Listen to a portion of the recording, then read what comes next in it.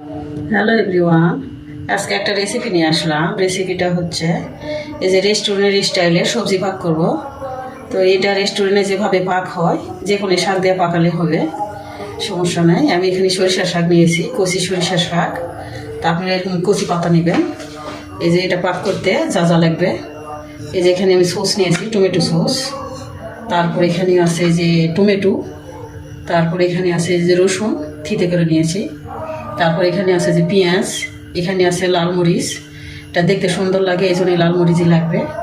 আর এখানে আমি নিয়েছি মুরগির মাংস, হাড্ডি ছাড়া মুরগির মাংস নিয়েছি। এই মুরগির মাংস দিয়ে পাক করব। আর এখানে আছে টেস্টি সল্ট, তো এটা লাগবে। তা আমি যেভাবে রান্না করি দেখেন।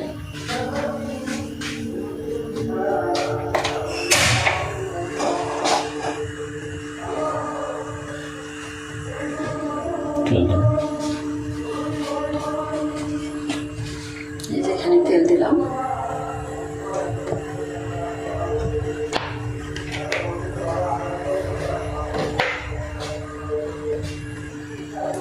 এই পর্যায়ে আমার তেলটা গরম হয়ে গেছে। এখন এখানে আমি অ্যাড করবো যে পেঁয়াজ,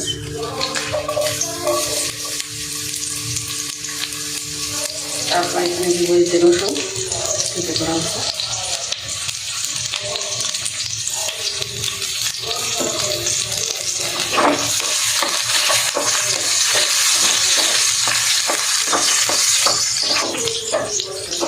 পেঁয়াজ খুব বেশি ভাজা যাবে না, পেঁয়াজ হালকা একটু ভাজা লাগবে, সব কিছু কাঁচা কাঁচা থাকবে।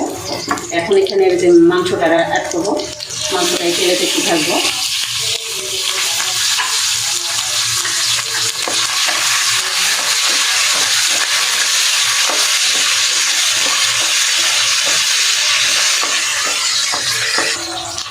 এই পর্যায়ে এই যে আমার মাংসটা ভাজা হয়ে গেছে,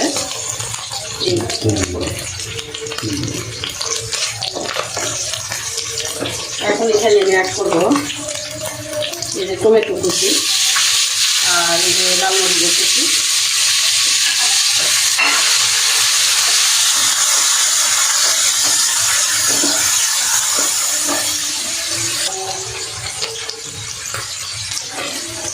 এখন এখানে আমি এই যে সামান্য পরিমাণ টেস্টি সল্ট অ্যাড করবো।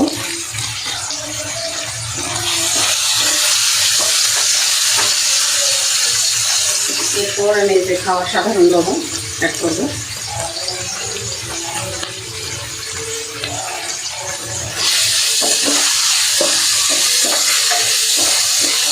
তারপরে এখন অ্যাড করবো এখানে এই যে টমেটো সস।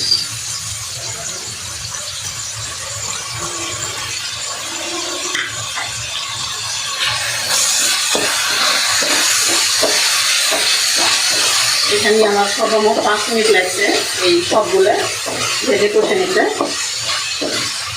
তো এখানে এখন আমি এই শাকটা অ্যাড করবো।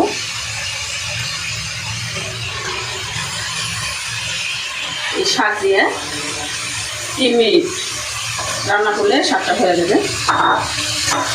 লাড়া দিয়ে একটু ঢাকা দিব।